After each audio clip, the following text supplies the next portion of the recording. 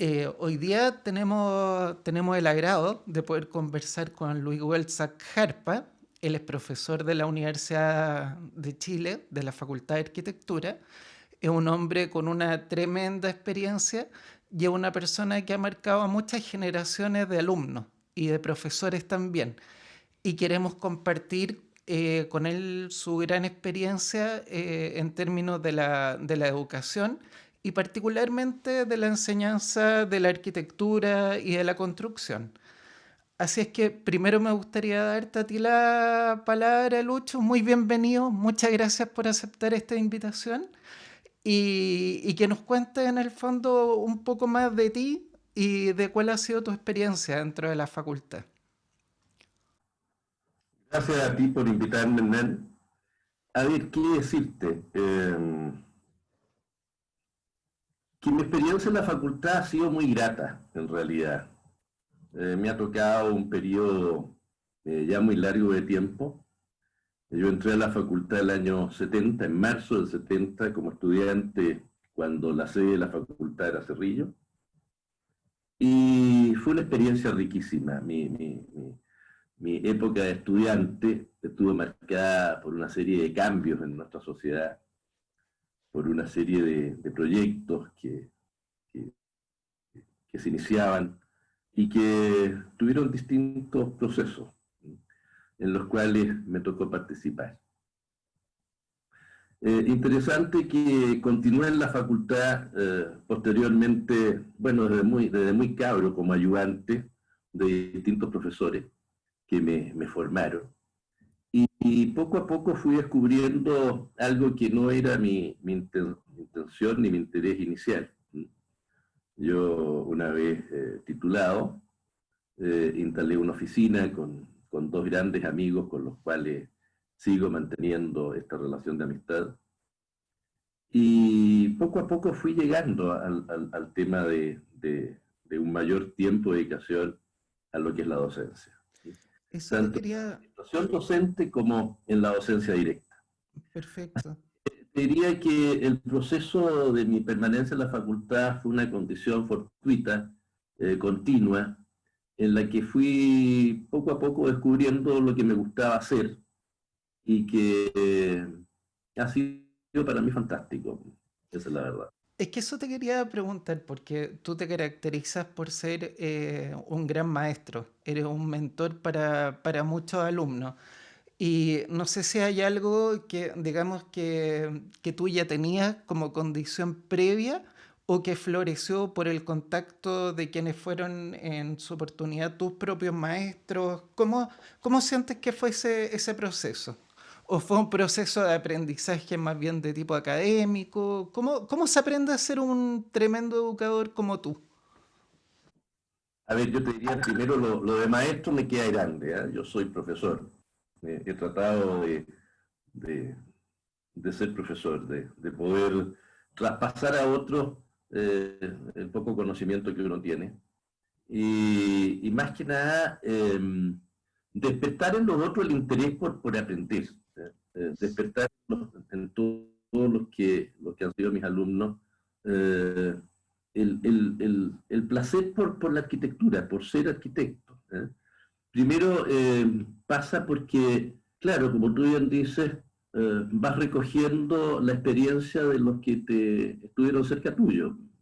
Yo tuve la suerte de muy joven de ser ayudante de Euclides Guzmán, que era un hombre notable y que me aportó, te diría yo, una visión como de sencillez. Euclides era un hombre sencillo, sabía una barbaridad, eh, pero nunca manifestaba esa condición de sabiduría mayor que otros. No era una persona que tuviera datos o que tuviera información, ni siquiera conocimiento, era más que eso, era una cantidad de información extraordinaria, un enorme conocimiento, pero además era sabio, o sea, eh, aportaba con sencillez eso. Y eso mismo lo fui descubriendo en otros. ¿Eh? Me recuerdo otro profesor que era tan diferente a Euclides, porque Euclides era un hombre académico, 100%, ¿eh? Pero También fui ayudante de Miguel Portales, por ejemplo, uno que venía de la empresa, era experto en máquinas y equipos de construcción. O sea, él vivía todo el día en obra. Entonces, don Miguel me aportó, yo te diría, la riqueza de saber exactamente lo que había que hacer. O ¿Ya? sea, don Miguel hasta el último tornillo de una maquinaria. Entonces, tenía un conocimiento tácito, un conocimiento propio de la experiencia adquirida.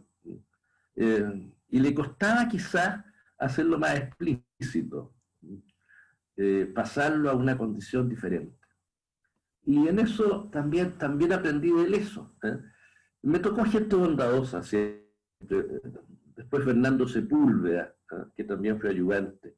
Y en ese mismo periodo, era esa condición de la escuela en que tú eras ayudante en varias partes, de varios Ujú. cursos, siendo alumno. O sea, era una experiencia como de monitor, te diría yo.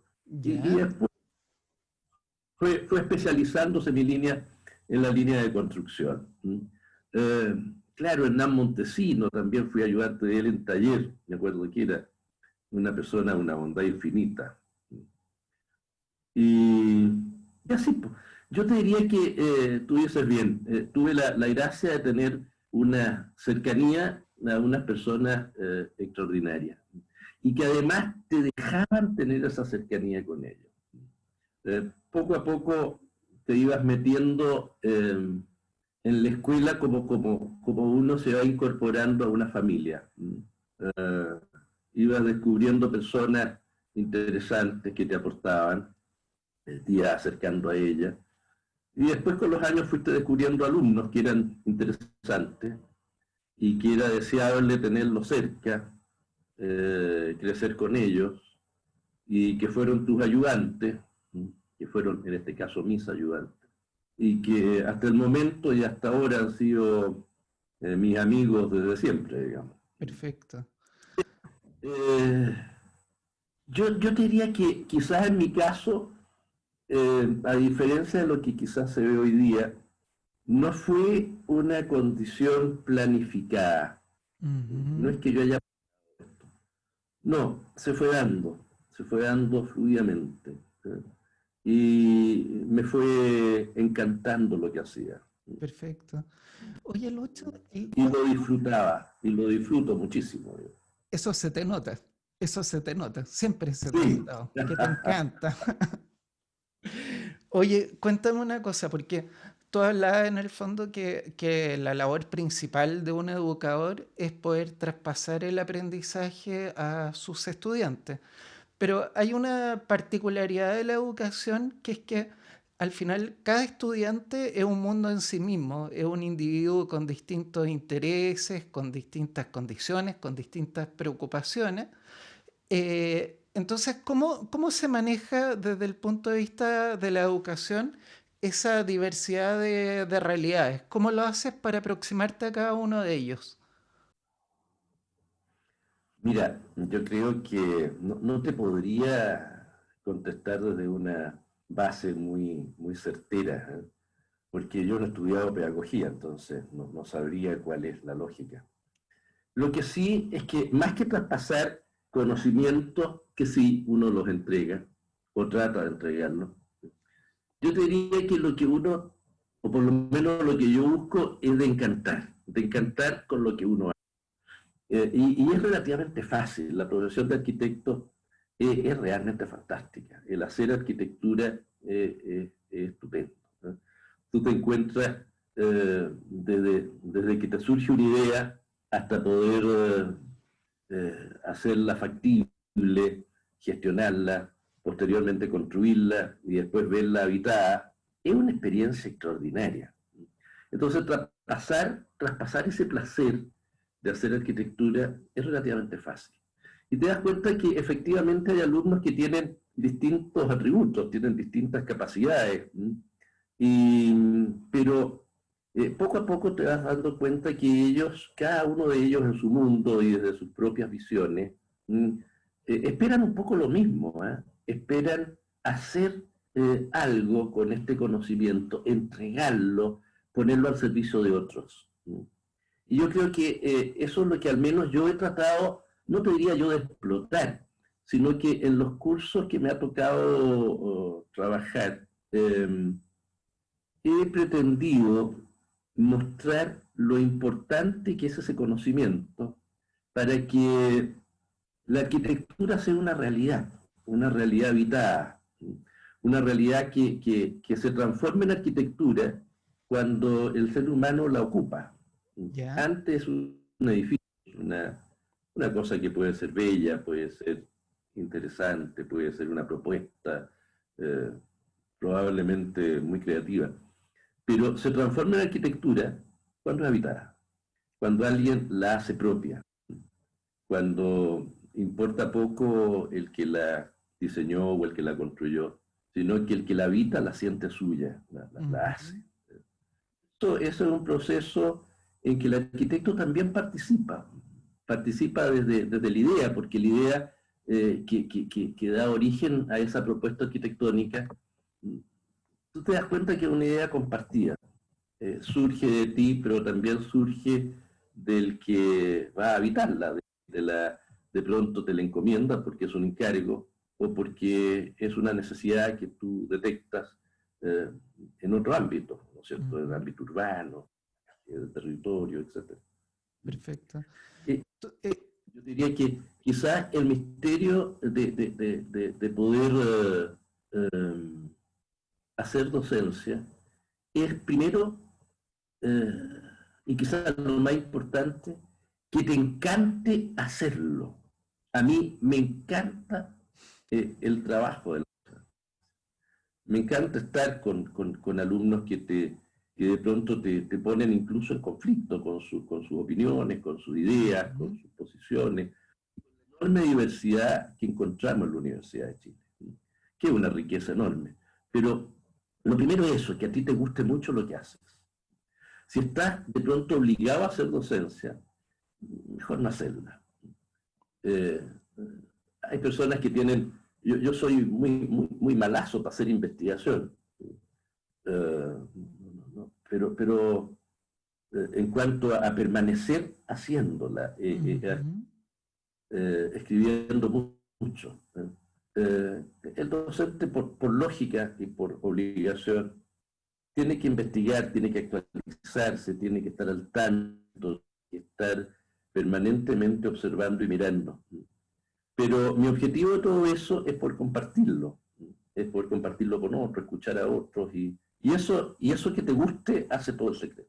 Y el Perfecto. resto es saber, tu pega, saber aquello que va a comunicar.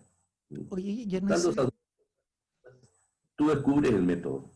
De acuerdo. Fíjate una cosa, una vez, hace muchos años, en esto de la formación pedagógica, eh, nos inscribieron a muchos profesores en un curso de pedagogía o de algo semejante que se hacía en la Casa Central.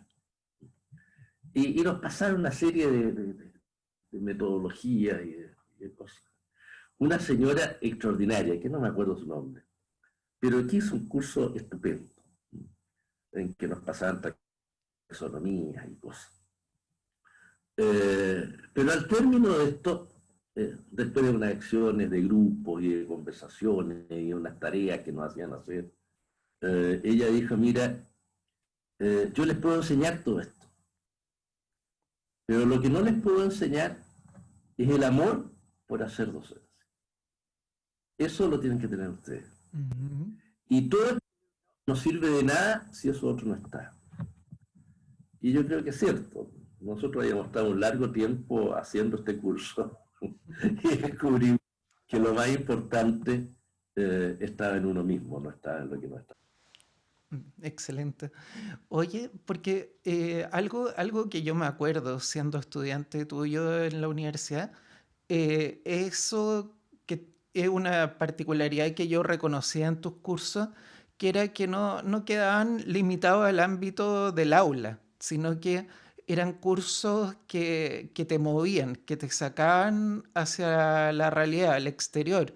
Me acuerdo, no sé, todas esas visitas a Sewell, a las visitas que nos pedía a obra, para ti era siempre muy importante esa condición de que el estudiante tuviera no solo una formación, digamos, teórica, sino que también una formación práctica. Y, y hablando de mi condición particular, para mí eso fue tremendamente enriquecedor. Y era también como un motor que te llevaba, como, como te diría, a generar curiosidad por lo que estabas haciendo y a entrar en diálogo con todos los actores. En alguna oportunidad tú me lo comentaste y me parece súper, no solo razonable, sino que verdadero, esto de que el proceso del arquitecto es un proceso que va desde saber interpretar al cliente, poder llevar adelante un diseño efectivo y finalmente poder traspasarle toda esa información a tus manos, a los maestros que están ejecutando la obra. Me gustaría entender un poco esa aproximación tuya a la educación particular de la arquitectura y de la construcción. Claro, yo creo que alguien le pone nombre a esas cosas, el ¿Ya? conocimiento significativo, es decir, que realmente lo que estás aprendiendo, aquello que estás construyendo, sea significativo en ti mismo. Y eso se da de distintas maneras. En mi caso, también fue una cosa no estudiada demasiado, sino que fue, fue dándose por la práctica. Y yo te diría que casi por exigencia de los estudiantes. Quizá el hecho de haber partido muy cabro era que también estaba muy cercano a aquello que había sido una experiencia inmediata mía.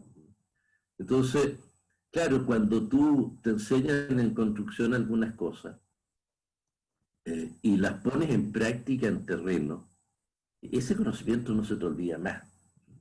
Entonces, a nosotros nos tocaba en la época en que yo fui estudiante tener práctica todos los veranos, prácticas de obra. Entonces, estábamos en obra fuertemente, o sea, desde las, qué sé yo, de las 7:30 en que se entraba, un poco antes, hasta las 8 de la noche, en terreno, trabajando con los obreros, con los maestros de construcción, en distintas cosas. Al inicio, no te digo que paleando, porque éramos muy re malos para aquello, digamos, o acarreando que se nos caía todo, sino que un poco observando, un poco aprendiendo de ellos, aprendiendo de los maestros, te das cuenta del enorme conocimiento que existe en el que ejecuta la obra. Yo creo que esa separación, digamos, que de pronto se da entre un poco la ciencia y la técnica, que fue dentro del desarrollo histórico, ¿no es cierto? El conocimiento fue una causa de lentitud. Bueno, de pronto esto se une y claro, en obra eso se da. En la obra real, tú ves el arquitecto que sabe, o el profesional a cargo de la obra que tiene más información, el maestro que tiene otros conocimientos y que lo pone al servicio de aquello.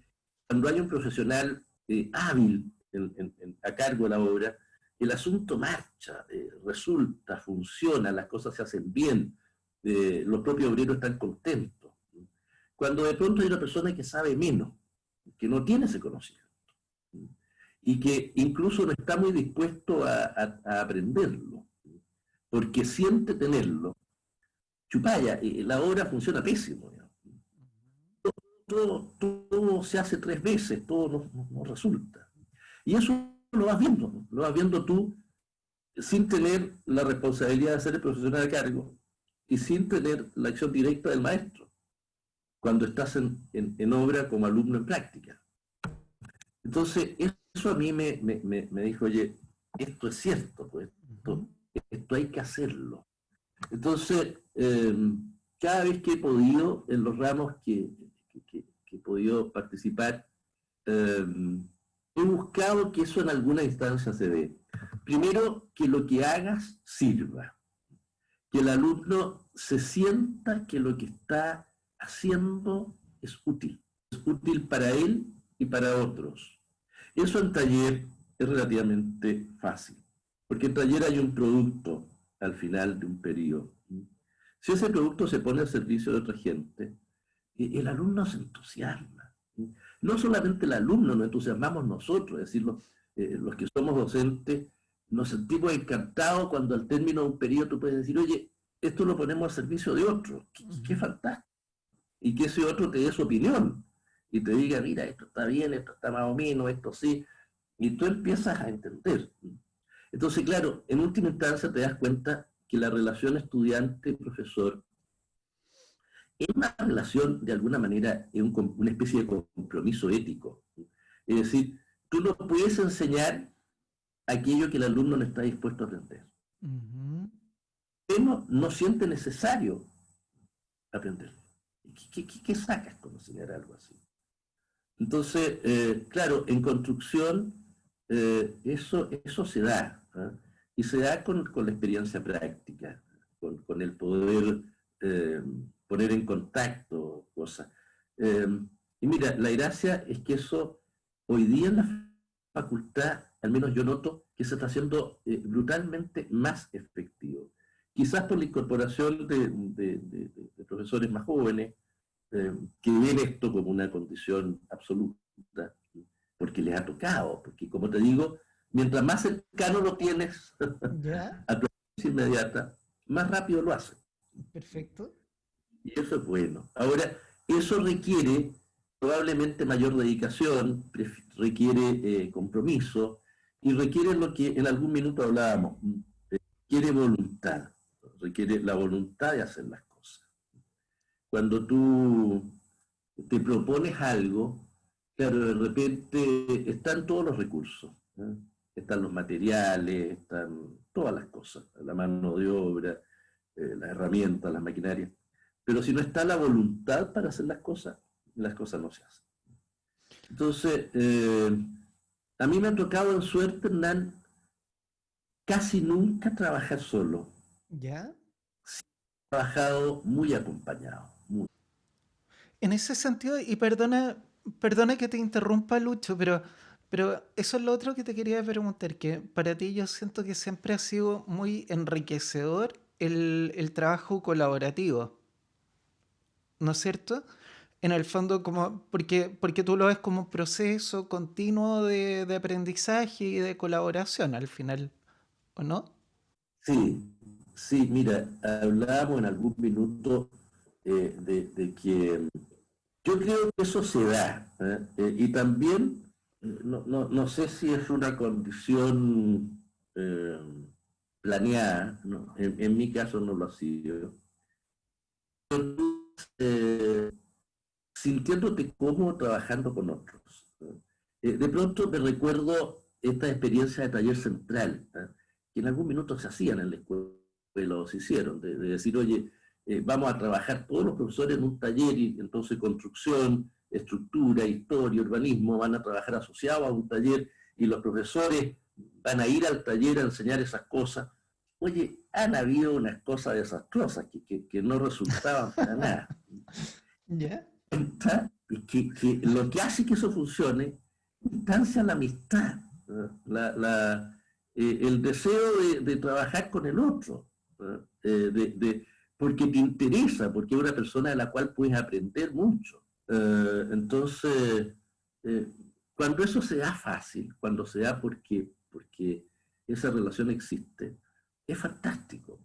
Y a mí me ha tocado en suerte hacerlo. Me ha tocado en suerte hacerlo primero con ayudantes, con alumnos que han ido acercándose y que eh, se transforman de monitores, ayudantes tuyos, y después profesores paralelos a ti en ramos equivalentes. Entonces eso es brutalmente enriquecedor. Y como tú bien dices, te das cuenta que es un trabajo colaborativo, que no puede ser hecho solo, tiene que ser hecho en compañía de otros.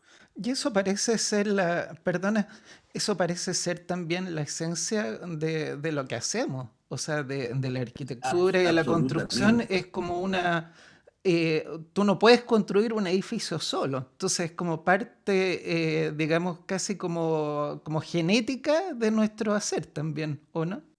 Claro, claro, claro. Descubres que eso es así, como tú bien dices, ¿ah? uno pone un ladrillo, el otro pone el otro y el asunto se va haciendo.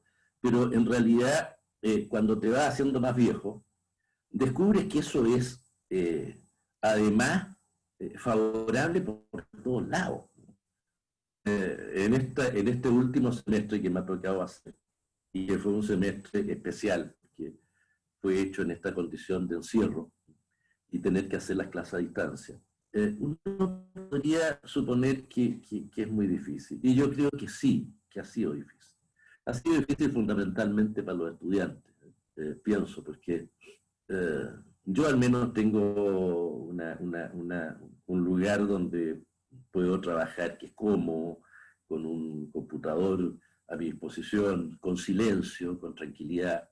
Pero hay chiquillos que han tenido que seguir las clases, digo yo, en ambientes más complejos, en una vivienda muy pequeña, compartiendo un computador con sus hermanos, en una situación con poca conectividad, chupalla, un enredo. Y te encuentras que al lado digo, porque trabaja contigo, hay un ayudante que tiene mayor claridad que tú para ver esas cosas, que inventa alternativas para que ese conocimiento llegue, que te enseña técnicas y posibilidades de acercamiento a la docencia que tú no la habías, yo al menos no la había supuesto. Entonces te das cuenta que ese conocimiento se va dando en forma fácil, continua, adecuada. Entonces, te diría yo que no sé, sí, el hecho del último periodo me ha mostrado quizás con más claridad que el hacer las cosas solos es imposible. Que la colaboración de distintas edades es fantástica, con distintas visiones. Yo estoy haciendo ahora un curso en que la línea de estructura y la línea de construcción, que siempre estuvieron separadas, lo que fue bastante torpe, hoy día se trabaja en un curso único, que es complicado, que no es fácil. En estructura, 1 más 1 es 2. Hay una rigurosidad absoluta. En construcción, de pronto 1 más 1 no es 2. Hay muchas alternativas dentro de un proceso constructivo. Tú puedes tomar una línea crítica, otra línea crítica, es una cosa que es más móvil. Entonces, aprender de Verónica Bea, por ejemplo, con la que trabajaba mucho tiempo, la Verito, la rigurosidad, aprender ser bondadosa, amable, con enorme conocimiento, pero rigurosa. Esto es así. Entonces, todos los días vaya aprendiendo algo de la otra persona. Y eso es notable. Y te das cuenta que en última instancia, tú que crees saber muchas cosas, te das cuenta que sabes pocas, que hay otros que saben mucho, a pesar de ser muy jóvenes. En estos años he trabajado con 2 chiquillos fantásticos, Felipe López, Alastar Aguilera, que me enseñan todos los días cosas diferentes. Entonces, irla incorporando en ti, para mí ha sido brutalmente enriquecedor, fíjate. Y te das cuenta, como en algún minuto hablábamos, que este hacer docente en nuestra Universidad de Chile, por lo menos en la que yo he vivido, ha sido una especie de posta, en la que tú, lo que tú estás haciendo, le entrega el bastón a otro. Y lo lógico es que así sea. Y lo grato de eso es llegar corriendo a entregar el bastón al otro, no llegar arrastrándote. Llegar conscientemente el bastón. Y decirle, bueno, ahora el que corre el estudio. Para mí ha sido fantástico. Entonces, Oye, Lucho, quería retomar otra arista de la conversación para que no se nos escape, que apareció mencionada, que tenía que ver con la condición de servicio que tiene nuestra profesión. Y yo siento que eso es una tremenda fortaleza de nuestra universidad en particular, Pero quería que nos contaras, porque a veces pasa eso, que los arquitectos terminamos trabajando para una élite que paga por nuestro trabajo y hacemos proyectos desde el punto de vista de diseño impresionantes, que tienen toda la disponibilidad de materiales y recursos, están ahí. Pero por otro lado, hay todo un país que queda sin acceso a nuestro quehacer, sin acceso a que nosotros podamos devolverle lo que hemos aprendido. Entonces, quería que nos contara cuáles han sido esas experiencias que tú como profesor y como alumno has tenido a lo largo de estos años que permiten llevar, digamos, la academia y la profesión de la arquitectura a terreno, de vuelta a las comunidades, de vuelta a la gente que lo necesita. Mm. A ver, yo creo que eh, sí, es cierto, ¿eh? Lo que sucede es que quizás nosotros en DAN tenemos la suerte de habernos formado en la Universidad de Chile.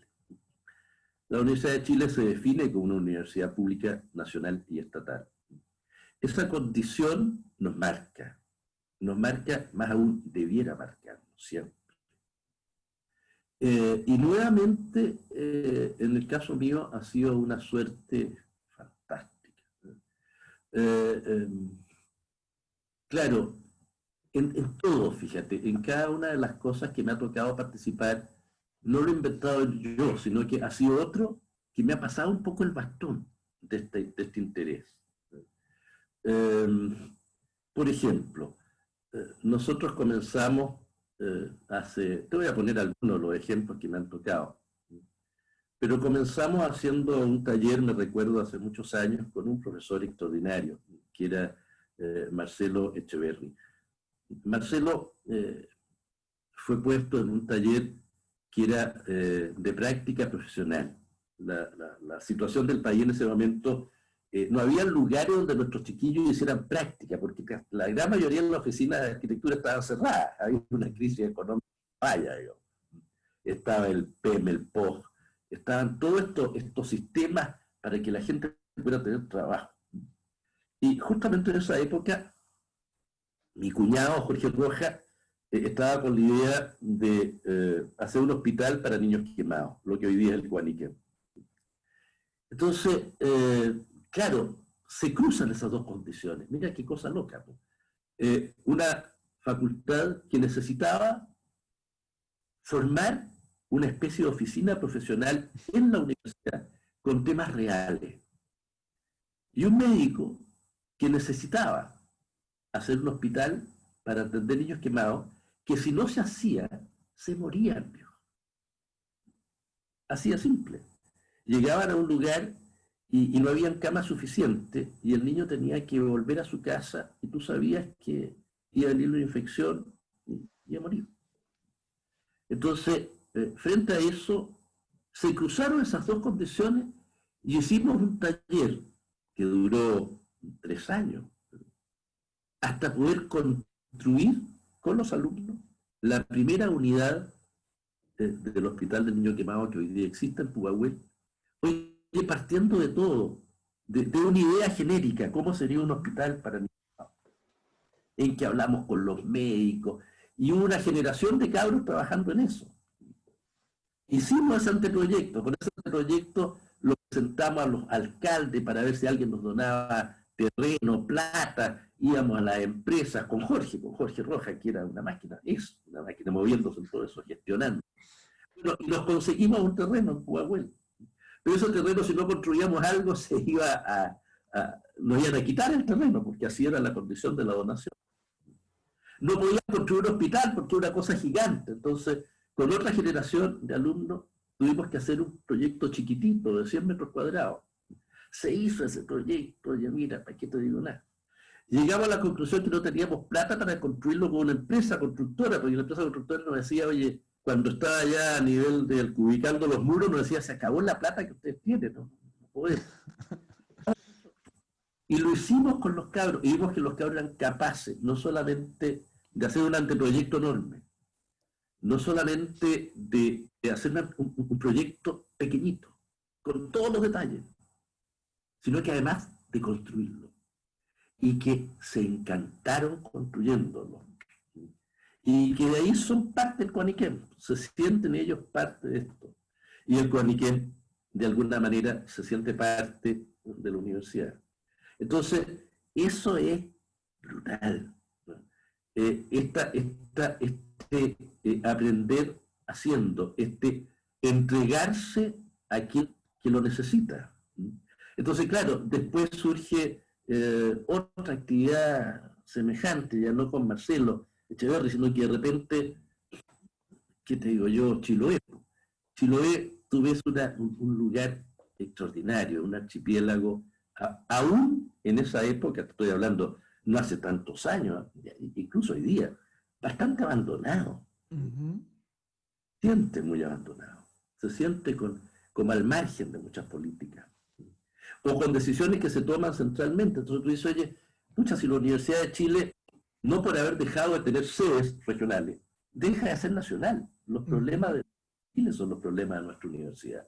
Entonces, bueno, acudir a este territorio lejano, en el cual ya habíamos, durante un periodo anterior, en el que yo participé muy poco, pero que Hernán Montesino había formulado, ¿no es cierto?, la preocupación por las iglesias como patrimonio, la declaración de ellas como monumento y posteriormente como patrimonio de la humanidad. Bueno, habíamos dejado un tanto de lado, no te digo de lado, pero no era nuestra preocupación central las comunidades que habían dado origen a esas iglesias. Y la declaración de patrimonio de la humanidad era eso, era la iglesia en cuanto comunidad de personas, no solamente la iglesia como edificio construido.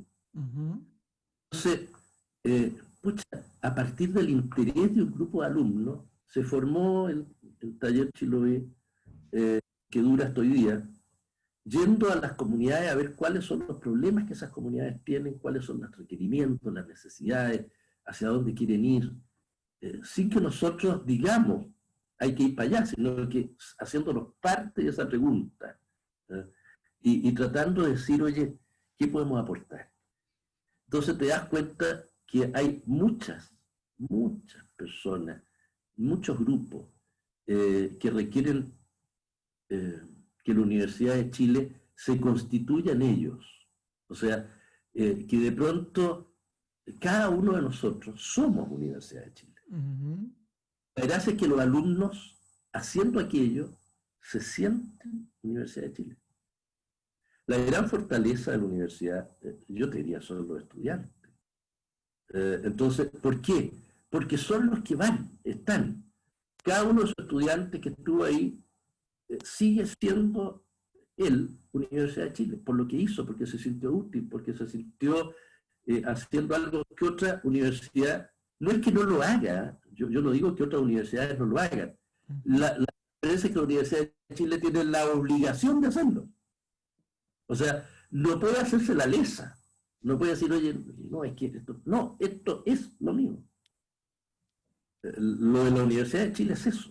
Entonces, a mí me tocó en suerte estar en esta universidad, en que esa preocupación por lo social es inherente a ella.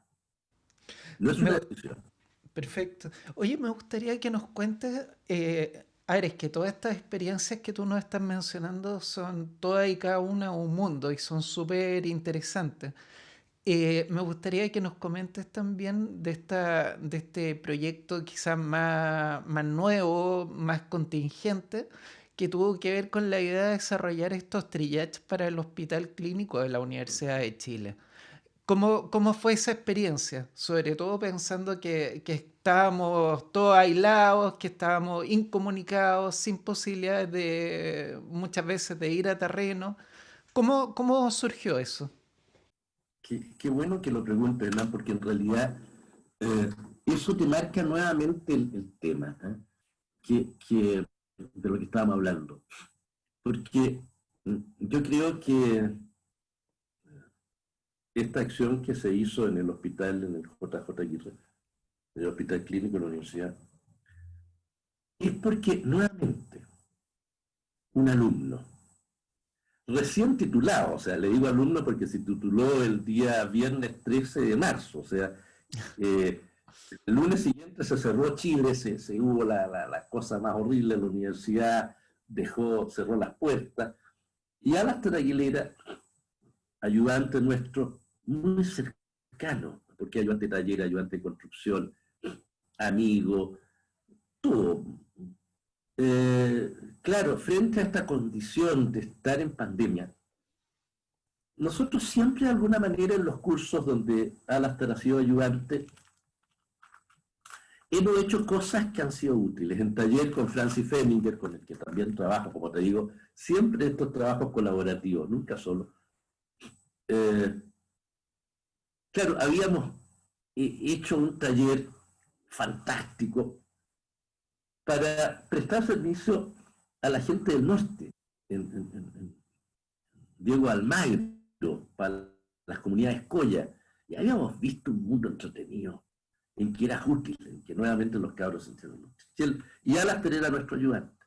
Bueno, muchas experiencias juntos. Viene esta condición y él, Alastair, en su oficina, una oficina que está formando con otro ex alumno de la escuela, también brillante, que en otra época trabajó con nosotros para el terremoto del norte, y que hicimos cosas entretenidas. Bueno, Joaquín y Alastair tienen una oficina y empiezan a darle vuelta a la idea de qué hacer en este tiempo, qué es lo que se puede hacer.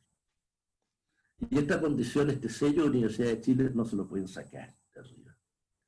¿Cómo hacer algo que sea útil desde la universidad? No solamente hacer docencia, porque estábamos convocados a hacer docencia que ya era un lío, porque teníamos que armar de nuevo las cosas, porque iba a ser una docencia remota, etc. Y eso, no, no es solamente hacer docencia. Hagamos algo en este tiempo que tenemos, que es difícil, que vamos a estar distantes. Ya a las personas se le ocurre la idea de atender un requerimiento de los médicos que estaban tan complicados, que han estado en este periodo. ¿Cómo desde la arquitectura podríamos aportar a eso? Y surge la idea de hacer, yo te diría inicialmente una especie de carpa por las cuales la gente puede entrar y tener una especie de preselección. Estos triage, así se llaman desde el punto de vista médico, estos espacios en que tú vas colando a la gente para ver aquellos que están más complicados y poder darle atención y separar los que tienen mayor nivel de infección que otros, etc. O mayor riesgo. Oye, y se empieza a dibujar una idea entre todos. Primero entre Alastair, Francis, un grupo de exalumnos muy cercanos que habían trabajado justamente en el norte, en el taller, y empieza esta idea a tomar cuerpo, a hacerse un mono. Y bueno, esto en poco tiempo se transforma en un proyecto. En un proyecto donde la gente de Licha, del Instituto Chileno del Acero, dice, oye, esto, hagámoslo. Donde la Comisión de Tecnología del Colegio de Arquitectos dice, oye, nosotros podríamos buscar entre otros contactos gente que aporte. Otros que dicen, oye, un amigo mío que me dice, oye, supe de esto, yo hablo con esta persona que es gerente de tal empresa y que está dispuesto a entregar lo que tú le pidáis. Y así empieza, y vemos que una idea es capaz de transformarse en un proyecto. Ese proyecto, con el aporte de Licha, se calcula.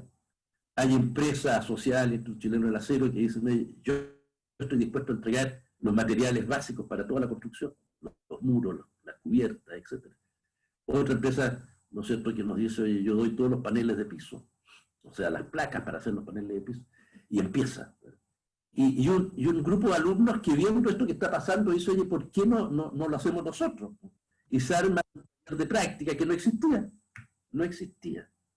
No existía un taller de práctica. O sea, habían alumnos que estaban buscando dónde hacer su práctica y dicen, me gustaría hacer la práctica ahí, ¿cierto? Es un proyecto que se está diseñando, que hay que construirlo, que hay que habitarlo, que hay que estar ahí haciéndolo, porque con quién lo construyes en una zona conflictiva como es inmediata urgencia del JJ Aguirre. Y se arma. Y se arma todo esto. Entonces tú ves que todos los recursos existían. Estaban los alumnos, estaba la necesidad, estaba todo. Faltaba la voluntad, y la voluntad la puso este cabrón, que nos convocó a todos. Es Pero que, es ¿por qué que, ese cabrón es Universidad de Chile? claro, es que eso, En la obligación de dar respuesta. es que eso que tú estás mencionando es maravilloso, ¿eh? Porque suena casi como un proceso mágico. O sea, alguien puede haber partido desde el punto de vista contrario, haber dicho, oye, ¿sabes qué? No tenemos nada, no tenemos los recursos, no tenemos los materiales, no está la mano de obra. Y sin embargo, como tú bien dices, al comunicarlo, al participarlo, al entusiasmar a otros, se va generando todo ese despliegue de energía que termina devolviéndose y aportando y transformando la realidad de manera tan positiva. Ese es un tremendo aprendizaje. Es que los chiquillos que participaron en la práctica, que fueron como 9 niños, que inicialmente decíamos, bueno, hagamos una práctica con todo. No, llegaron 9. Claro, uno estaba dedicado a conectarse con las empresas, y su trabajo era ese, era el trabajo en oficina de conectarse con las empresas que nos iban a aportar los recursos para construir aquello. Otro estaba haciendo las ubicaciones y los presupuestos, para saber exactamente qué plata iba a costar todo esto y cuánto nos faltaba. Otro estaba viendo todo lo que eran los sistemas de comunicación, o sea, cómo llevar los materiales hasta el JJ Aguirre. Otro estaba involucrando a la gente de Lenoc, porque se construyó además con los maestros de Lenoc. Además, contactando a aquellas personas, miembros de la Facultad de Arquitectura, funcionarios, que tenían ciertas capacidades que nosotros no teníamos, ¿verdad? Un funcionario que tenía la condición de ser eh, el, el, el, el, el que va en obra controlando que las cosas se hagan, el segurito. Eh, Perfecto. y llegó, po. Y este funcionario dijo, yo feliz, si yo puedo ir, ¿por qué no? Si la facultad me está manteniendo mi sueldo y yo feliz voy para allá. Y la gente del Lenox dijo, oye, fantástico. Y los cabros estuvieron trabajando con los maestros del Lenox. Y otro gran amigo, ¿no es cierto?, dijo, oye, yo puedo ir a sacarle las fotos, para que las fotos sean fotos publicables. Porque claro, cuando tú contactas todas estas empresas también dicen, yo quiero que mi aporte se conozca. Se visibiliza. De alguna manera yo me visibilice y no hay nada de malo en eso. Ujú. Y entonces, claro, quizás no sé si hablo por Francis, pero en mi caso, todos estos días eran de susto también, porque uno más viejo se asusta. Se asusta porque ve que está tomando un compromiso. Cada día el compromiso va creciendo, porque las aspiraciones de aquellos a los cuales le estás entregando ese proyecto empiezan a crecer. Ya no era una carpa, era un edificio. Este edificio es eléctrica. La instalación eléctrica tendría que Sí. cumplir con toda la normativa vigente hospitalaria. La normativa vigente hospitalaria no la sabíamos nosotros, tuvimos que llamar a un profesor de la facultad, Raúl Díaz Valdés, que me dijo, Arturo, yo hago el proyecto. Y así a otros. Y otro que me dice, yo hago las instalaciones sanitarias, porque un médico dijo, ya tenemos que ir a un lavatorio. Entonces ya no era una carpa, era un edificio completo, con Ya todo. era con pantalones largos esto. Claro, y después llega alguien que dice, oye, yo puedo poner de revestimiento de piso una pintura fantástica, y fue una empresa que no conocíamos y que nos llamó por teléfono y dijo, oye, yo aporto esto. Entonces, claro, tú te das cuenta que a ver, te das cuenta primero de la voluntad, de la fuerza de tener la voluntad para hacer las cosas. Y que eso, en este caso, lo tuvo un cabro joven. Nosotros apoyamos eh, los chiquillos que se sumaron, las empresas que también aportaron, profesionales, los médicos que decían, oye, pero esto tiene que cambiar aquí, esto tiene que tener esto otro, hagámoslo mejor, esto tiene que ser más permanente. Un ingeniero de la Facultad de Ingeniería, de la Facultad de Ciencias Físicas y Matemáticas, nos dice, yo puedo ser la contraparte para revisar los cálculos que nos entrega la empresa, para que realmente este asunto funcione bien, no haya riesgo. Y así, entonces tú te das cuenta que la Universidad de Chile existe. Oye, y ese sentido, Lucho, ujú, es que, ¿sabes qué? Eso que tú estás describiendo como proceso es algo que yo siento que como país hoy día nos está faltando. Porque en el fondo, y creo que se nos vienen tiempos, o sea, ya estamos en un tiempo de crisis que puede haber partido en octubre, después se nos vino encima la pandemia, probablemente vamos a tener una época de crisis económica súper profunda y que va a ser muy dolorosa dentro del país. Pero parece ser que todo esto que tú estás contando es tremendamente esperanzador. O sea, ayuda a alimentar la esperanza en términos de reconocernos como gente que es capaz de colaborar, sumarse en proyectos comunes en el fondo y sacar adelante iniciativas que van en beneficio de todos. Parece ser un tremendo instrumento. O sea, ojalá seamos capaces de retomar eso como impulso. Sí, yo también, eh, Hernán, veo un periodo eh, probablemente difícil. Y difícil no por las decisiones que se vienen por delante, que hay que tomarlas. Hay que tomar decisiones. Ujú, No siempre en la vida, digamos. Lo complejo es que estamos muy divididos. Nuestro país cada vez está como separando más. Y eso es complicado. Eso es lo que a mí me complica. Porque la gracia de nuestra universidad y en la experiencia que yo he tenido en la facultad al menos, es justamente la diversidad. O sea, no somos para nada muy parecidos. ujú. Somos muy diversos de pensamiento, de origen cultural, hay personas de todo tipo en la Universidad de Chile. Y eso es lo que la hace enormemente rica. Pero esa diversidad no ha hecho para nada, al menos en las experiencias que me han tocado, que estemos separados. Ujú. Al, al contrario, hemos estado muy unidos.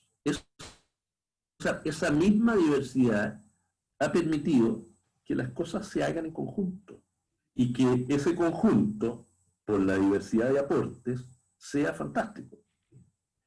Eso, como tú bien dices, es brutalmente esperanzador. Es esperanzador. Eh, pero claro, esto significa eh, un deseo de querer hacer las cosas juntos, de sentirte que estás juntos. Fíjate que eh, eh, el pasado periodo, el año pasado, en octubre, eh, claro, nosotros con Francia estábamos haciendo un taller. Y en taller tú tienes la posibilidad de reunirte con un grupo de estudiantes que empiezan a ser amigos tuyos, muy cercanos. Y por lo tanto, todo este movimiento que se dio en octubre, claro, la escuela se detuvo, había paro, había condiciones difíciles de continuar.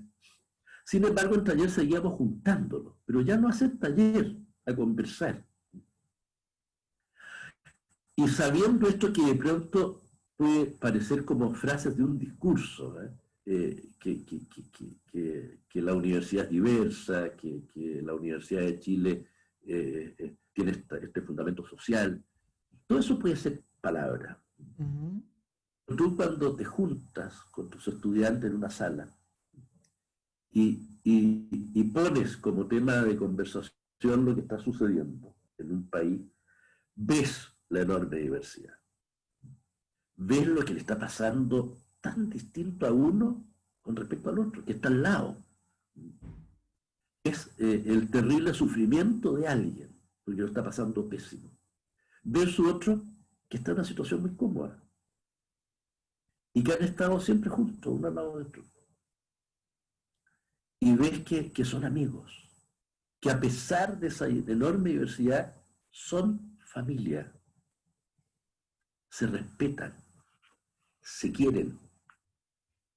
Entonces, cuando eso pasa, claro, es brutalmente esperanzador. Es brutalmente esperanzador porque sería lo que uno quisiera que pasara en Chile. Sí, ¿no es cierto? Es que, Entonces, ¿sabes qué? Cuando te escucho hablar, no puedo dejar de acordarme de esa máxima de San Ignacio de Loyola, esa que habla de salvar la proposición del prójimo, que algo que yo creo que hemos ido perdiendo también como sociedad, como que cada vez nos centramos más en nosotros mismos, nos miramos el ombligo, perdemos la capacidad de escuchar al otro y de realmente tratar de entender cuál es su realidad, qué es lo que nos está tratando de decir.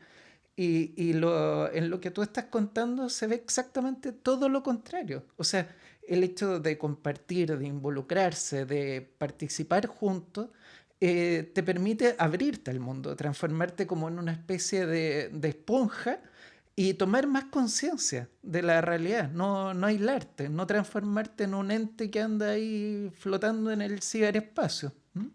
sí, sí, fíjate que esa experiencia que tú hablas de San Ignacio y esa ausencia que tú señalas, claro, a mí me ha tocado hacerla más palpable en Chiloé, fíjate.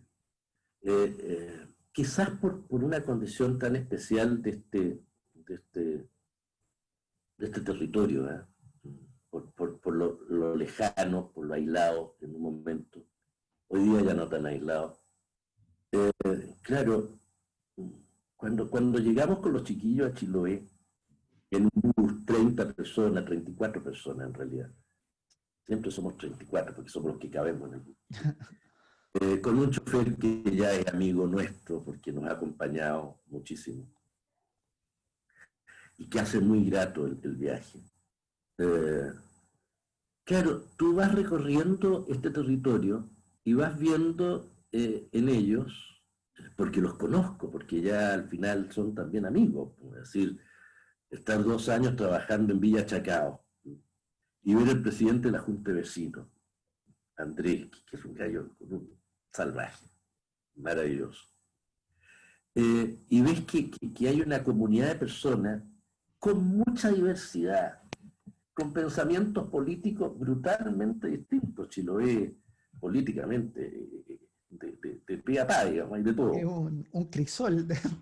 Pero claro, pero mira, capaces de unirse y de trabajar juntos en beneficio de la isla, de sentir que ellos son Chiloé. Oye, y con una religiosidad que a uno lo admira. Quizás ahí hay un secreto extraño. Eh, Darte cuenta que lo que estás haciendo, que lo que está sucediendo en torno a tuyo, no termina en lo que estás haciendo, sino que trasciende. O sea, la religiosidad chilota es el sentido de la trascendencia, es el sentido de nosotros, quizás como sociedad, ya como que no nos preocupamos mucho, no hablamos mucho de Dios ni de la espiritualidad. Y la arquitectura sin espíritu es nada. O sea, lo que nosotros hacemos, si es un edificio, ¿no?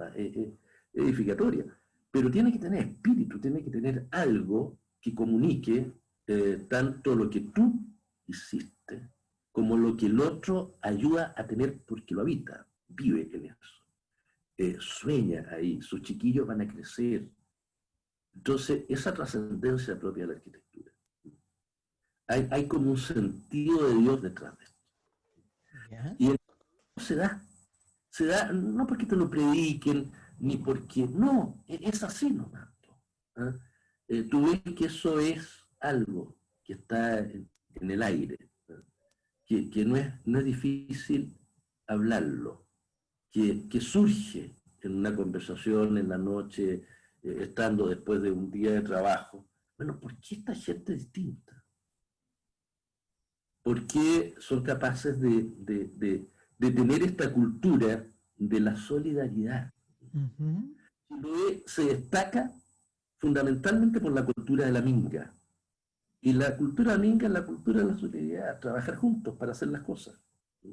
Solo no eres capaz de hacer nada.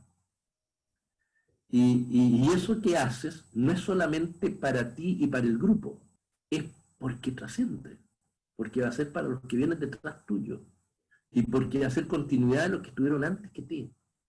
Entonces eso es fantástico. Eso quizás se nos ha olvidado.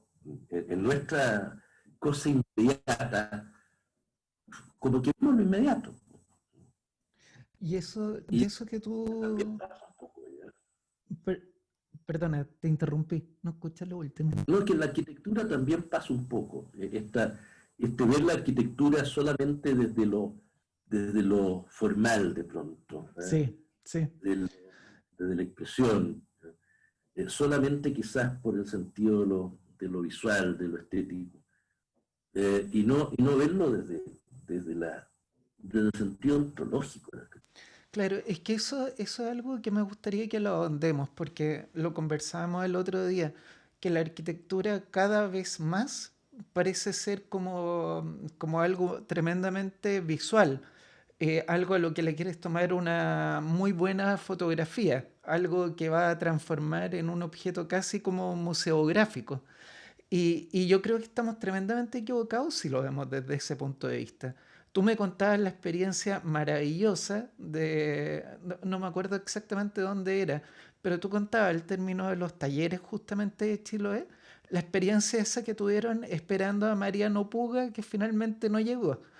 Me encantaría que nos contara esa historia porque da cuenta, creo, de lo que estamos hablando. Claro, es que muchas veces, esto lo hablamos mucho con Hernán Montesino, de nuestros viajes que hacíamos a Chiloé. Claro, Hernán me decía, mira, uno como arquitecto llega a Chiloé y te enamoras de todo en realidad, ¿no? Te enamoras del paisaje, del aire, del viento que te llega, atraviesas el canal del Chacao y ya eso es como desprenderte. Ya es de alguna manera un acto de desprendimiento, es decir, dejar atrás ciertas cosas. Y llegar a este lugar que es medio mágico. Claro, lo primero como arquitecto vemos estas construcciones en madera notables, eh, nos gustan, eh, que no están siendo reconocidas incluso por sus habitantes en esa época, te estoy hablando del año 76, 77, hasta el año 2000, por ahí, que Mm. se hizo todo eso. Claro, no, se centró mucho en el templo como objeto, como construcción. Y Hernán me decía, claro, en realidad la declaratoria de monumentos no en cuanto edificio, sino que en cuanto comunidad de personas. Y claro, esto se te hace patente porque eso puede ser bonito decirlo, y tú dices, mira qué interesante. Pero cuando lo vives, es notable. Te contaba que estando con un grupo de alumnos, claro, porque alguien podría decir alumnos de la Chile, ¿entendés? O sea, ¿qué tiene que estar viendo iglesia? Quizás tenga poco. Pero es que no estamos viendo iglesia, no estamos viendo la iglesia como objeto, estamos viendo la iglesia como comunidad de personas. Y eso es la Chile. La Chile puede que no tenga nada que ver con el edificio, pero tiene que ver con la comunidad. Ujú. Comunidad que llegábamos, ¿no es cierto?, con los cabros, imagínate, puros chiquillos de, qué sé yo, 18, 19 años, chiquillos y chiquillas que bajamos y encontramos en Colo, donde está la Martita y está Urbano, que son los únicos habitantes del lugar, ¿no? La iglesia, una iglesia preciosa. Y en Chiloé, que estas iglesiasitas son como lugares muy solos, pero alrededor de ella hay una comunidad de gente que rodea este espacio. Entonces tú llegas y no hay nadie, pero la primera comunión que se preparaba ese día para un grupo de niñitas, hoy había, no sé, 30, 40 niñitas, con sus papás, con sus mamás, se estaba preparando un curanto en hoyo, todos los cabros llegamos y la Martita nos dice, no, oye, fantástico, que va a ser muy bonito esto, porque viene Mariano Puga, Mariano Puga murió recién, gallo notable, notable. Y bueno, y nosotros a la espera con los cabros más ansiosos del curanto, nosotros haciendo esto, no había que irse ni por nada porque quedábamos al margen del curanto. Entonces las niñitas vestidas de blanco, toda hermosa, la iglesia, alajada, vestida, las personas preocupadas de lo que iba a pasar. Y de repente alguien dice, Mariano no va a venir, no llega Mariano. Yo, ¿quién hace la ceremonia? Digamos?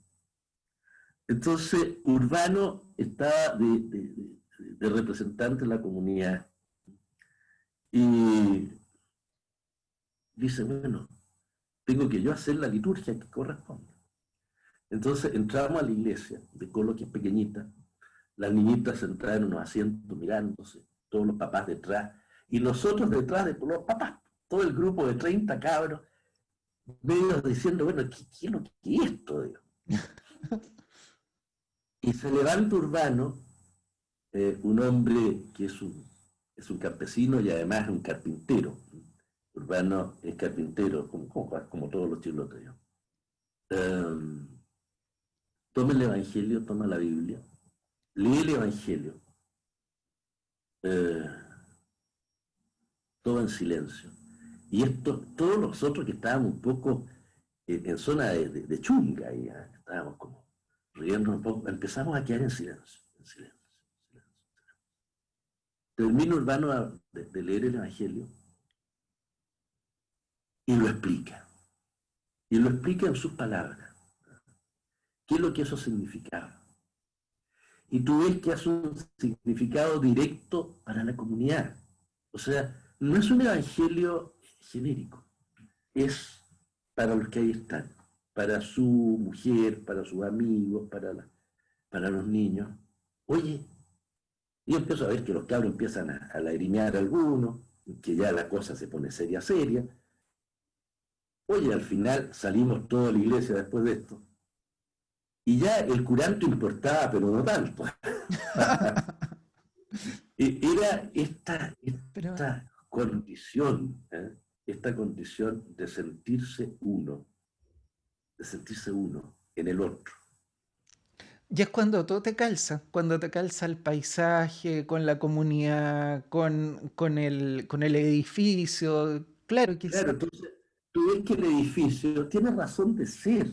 O sea, esa iglesia que nosotros sacábamos fotos, yo les decía cómo se hacían las uniones carpinteras, lo importante, el empalme, el ensamble, esto, nada, nada, importaba, importaba eso. Lo que importaba era esta condición de espacio brutal. ¿No? Y que la explanada, que alguien decía que era el espacio donde hacía la fiesta religiosa, etc. Bueno, se llena de gente y ahí hacemos el curanto y disfrutamos. Entonces, cuando tú vives ese espacio y vives esa comunidad y sientes eso, es fantástico. Y se hace sentido la arquitectura, se hace sentido el ser arquitecto. Mira, me gustaría vincular eso que estamos conversando con otro tema que tú relevaste el otro día, que tiene que ver con el tiempo. Hoy día también nos pasa que estamos todos apurados, siempre estamos apurados en lo que estamos haciendo, por entregar, por los plazos que vencen. Tú me mencionabas también el tema del tiempo distinto que se vive en Chiloé y bajo el cual son capaces de hacer las maravillas que hacen. Y de la maestría que hay detrás de esos carpinteros chilotes. Me gustaría que nos contaras de eso también, por favor. Claro, es que, a ver, Hernán, yo creo que el tiempo es una cosa que nos persigue. Somos eh, muchas veces capaces de donar plata para algo, de ayudar a alguien con algo. Pero regalar tiempo cuesta mucho, porque es un bien escaso hoy día. Hoy día andamos siempre apurados para todo, no tenemos tiempo para estar con nuestra familia, con nuestros cercanos, en mi caso, con mis nietos, con mis hijos. conversar largo. Eh, entonces, a ti te asombra cuando llegas a un lugar donde pareciera que el tiempo estuviera disponible, ¿eh? Donde tú llegas a hablar con la Martita a Colo, o a hablar con la Mireya a Tenaún, o con tanto, o con Nicolás Bahamonde, o con tantas personas que han sido cariñosas y amables con nosotros, o con Andrés en Chacao. Mira, tan increíble como que ahora en Chiloé hicimos el curso con los chiquillos en este semestre. Y fue bien especial. Y se hizo una entrega de lo que era este término de este semestre especial, donde nos fuimos a Chiloé y donde los chiquillos del curso, los alumnos y las alumnas, hicieron sus trabajos a partir de reconocer un tema de interés, que te digo yo, la carpintería en madera, la iglesia, las viviendas patrimoniales, los palafitos, los mitos chilotes, y transformar ese conocimiento que nosotros teníamos, porque lo habíamos construido a lo largo de todos estos años con otras generaciones de alumnos, transformarlo en un producto útil para los niños de Chiloé. De eso se trató. ¿Ya? ¿Ya? Hubieron libros, hubieron videos, hubieron juegos de mesa. Mira, hubo una propuesta más interesante de cosas que me ha tocado. Entonces, teníamos que tener una comunidad de personas que nos que formaran una comisión al término para que escucharan a los chiquillos. Ah, qué buena. ¿Quién ¿Ya? podría ir? Claro, y acudimos a la gente que conocemos en Chiloé. Pero fíjate que fue el jefe de la biblioteca de Castro, la biblioteca pública de Castro. Dijo, yo voy. Andrés Ojeda, presidente de la Junta de Vecinos de Chacao, que está lleno de cosas, lleno. Dijo, yo voy, no te preocupes, yo estoy ahí. Oye, a las 8:30 y terminamos a las 2 de la tarde. Oye, ahí, oyendo, porque estaban interesados. O sea, son capaces de regalar tiempo, son capaces de entregarte mucho rato de su tiempo, de conversar contigo, de no estar apurado, de caminar juntos, no sé, de escucharte, de oír.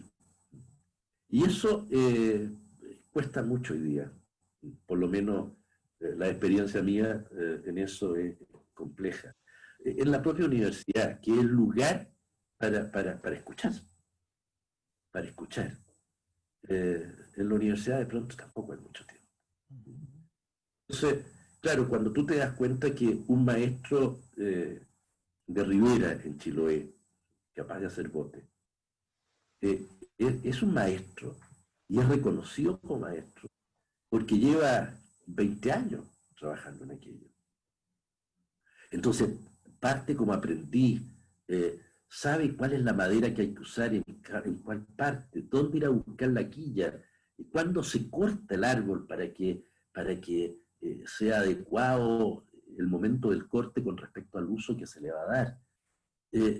Cuando eso demora mucho tiempo y hay que estar dispuesto a darle ese tiempo para tu formación y llegar a ser maestro. Y esa condición es extraordinaria. Y eso en carpintería se nota, aún en Chiloé.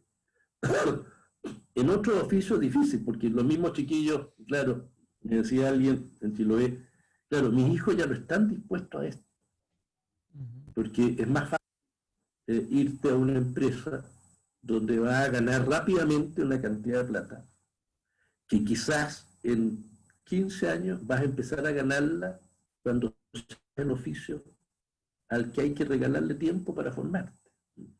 Pero en ese oficio vas a crecer como persona. O sea, no solamente vas a aprender a hacer un buen corte o a trabajar bien o a lijar la madera por todos lados. No, vas a formarte tú como persona. Es que eso es algo que claro que sí. No, es que quería hacer un paréntesis porque en uno de los podcasts anteriores estuvimos hablando con Paulina Fuente y con Javiera Naranjo que ellas son de la organización Oficios Varios. Y lo que ellas están haciendo es un trabajo para relevar, para valorar en el fondo los oficios que están repartidos en nuestro territorio.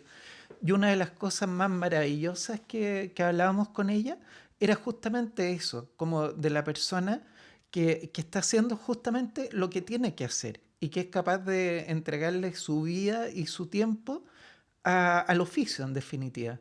O sea, un médico que, claro, se tituló como médico, pero que en realidad no está dispuesto a entregar ese tiempo, es un mal médico.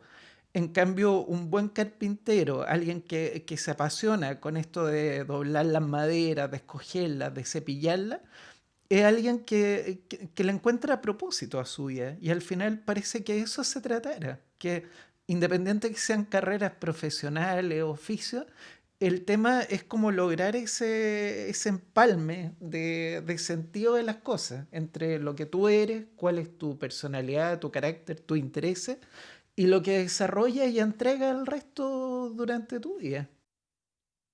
Claro, yo participo contigo de eso, fíjate, eso es muy cierto. En nuestra profesión de arquitecto, yo creo que el tema del oficio en la arquitectura es un hecho cierto. Nosotros somos, hacemos de la arquitectura un oficio, porque le dedicamos nuestra vida, porque nos entusiasma, nos encanta. Y yo creo que fíjate que hay una cosa que ayuda mucho quizás a eso y que se ha ido perdiendo, por lo menos en nuestra facultad, es una de las pocas cosas que echo de menos, que es el tema del dibujo. El dibujo a ¿Ya? mano, el dibujo, el expresarte con el dibujo, con un lápiz en la mano. Es brutal. El dibujo es una acción productiva que te relaciona lo que estás pensando, que te permite sintetizar en dos o tres rayas lo que estás haciendo, que después lo viste, lo empiezas a construir. Entonces, eh, claro, no es que las herramientas a base del computador, la informática, todo lo demás, sea malo, pero de repente es muy rápido. Ujú. Tú haces una cosa muy rápida, esto que haces un pilar y lo repites N veces y te queda fantástico. Y lo veo y lo hallo notable, que los cabros hacen cosas que yo no podría hacer. Claro, yo toda mi vida dibujaba a mano y me encanta dibujar. Entonces cuando tengo que hacer algo, pensar en algo, o darle cuerpo a una idea, claro, uno como que, al menos en mi formación, está el ir botando eso que tengo en la mente en un dibujo que comúnmente es una axonométrica, lo veo como más en perspectiva que en planta y en corte, después lo transforma en planta y en corte, y empieza a construirse algo. Y eso, de pronto, como a mí me gusta, yo creo que a muchos nos gusta mucho, podemos dedicarle, oye, un día completo a a, a una idea que se está formalizando. Pero mientras estamos haciendo eso, están pasándose muchas cosas por la cabeza. De pronto, cuando estamos dibujando algo, necesitamos ir a buscar o a leer algo, porque eso que dibujamos nos recordó algo. Y decimos, oye, Es cierto sería bueno. eso. Y empieza a dedicarle tiempo, porque estás creciendo tú. Después de un proyecto de arquitectura, y tú lo has vivido como arquitecto, uno Mm. sale enriquecido, no solamente como arquitecto, sino como persona. Y dice, oye, pucha, fue bueno esto que hice. Sí. ¿Te, pa- te pasa eso que al final como que cada proyecto uno lo tiene que abordar como en una condición de principiante? O sea, me refiero como que esto de asumir esa condición, como de ir al origen, a la esencia, al principio de las cosas y despojarse de todos los saberes que uno tiene, como que te permite como empezar de manera renovada respecto de cada proyecto, ¿o no? Mira, eh, yo tengo que decirte que hace tiempo que no me he dedicado a diseñar, a diseñar. Este último tiempo he estado muy dedicado al tema de la docencia. Nosotros tenemos una oficina con dos grandes amigos, con Alejandro Estrada y Miguel Ángel Alonso, que son así hermanos. Y claro, ya hoy día es casi un club de todos, digamos. Nos juntamos y conversamos y disfrutamos y nos reímos. Y hemos hecho algunas cosas últimas, vivienda y cosas de ese tipo. Y claro, es que la verdad es que a nosotros nos ha tocado en suerte, ¿eh? Construir para clientes, ¿eh? Que ya son viejos amigos, que ya le hicimos la casa anterior y ahora hace poco otra. Entonces, el hecho es que la idea surge, en el caso nuestro, del lugar donde vamos a verlo, y que siempre en lugares diferentes, ¿no? Hoy día que ya Santiago está en una cosa que crece por los cerros, el construir en Pendiente para mí ha sido toda una experiencia de estos últimos años notable, muy enriquecedora. Además, que estos clientes que inicialmente partieron con una casa pequeñita, que las primeras casas que le hicimos, me recuerdo una hora que estaba recién. Ahora ya es un hombre con más dinero. Entonces, no solamente un gran por allá en las lomas de no sé dónde, sino que la casa es una casa enorme. Entonces, la arquitectura es una propuesta nueva, como tú dices, pero te enfrenta a algo un tanto desconocido, con herramientas que son las tuyas, sin duda alguna. Es decir, uno ya las tiene en la mente. Sabe proporciones alto, ancho. Yo creo que la primera acción del arquitecto es dimensionar. La primera acción es dimensionar. Es decir, tú vas al terreno y lo empiezas a tranquear, empiezas a caminar por el terreno porque ya te estás formando imágenes. Entonces, claro, yo creo que ciertas cosas uno las mantiene en el alma. Las proporciones yo las mantengo. Tiene la idea de lo que está bien o mal. La luz, el concepto de luz para mí es muy importante. El por dónde va a entrar, cómo va a ser sombra o luz. Eso también es una experiencia que de pronto como que está y tú vuelves a ella, ¿no? En casos anteriores o en otras cosas que sin ser obras tuyas, tú ya las tienes como obras tuyas porque son tan buenas que las sientes propias, La he digamos. experimentado. Y ya, entonces son experiencias. Pero sí, yo creo que de alguna manera la propuesta arquitectónica para que sea creativa, para que tenga todo lo tuyo dentro y a su vez albergue al otro. Claro, siempre es nueva, pero yo al menos no puedo dejar de llenarme o de imbuirme de ciertas experiencias anteriores que han sido exitosas. Y otras que no han sido tan exitosas también, porque también Bueno, esas te, también te ayudan a aprender y te mucho. llaman a colación, sí. Ahora, la verdad es que sí, y con el tiempo tú te das cuenta que es muy importante que nosotros como arquitectos al hacer arquitectura le demos cabida al otro, le demos cabida al que en última instancia va a habitar aquello. Y muchas veces uno se siente quizás peleando con eso, ¿eh?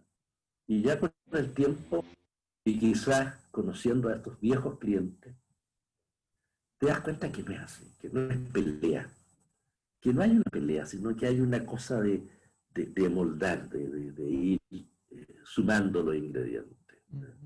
Y resulta fantástica. Pero claro, quizás al comienzo, de las primeras cosas que hicimos, eran muy un poco de uno mismo, a decir, oye, yo quiero que esto sea así. Y te das cuenta que no, ¿no? Que uno tiene que transformarse en usuario.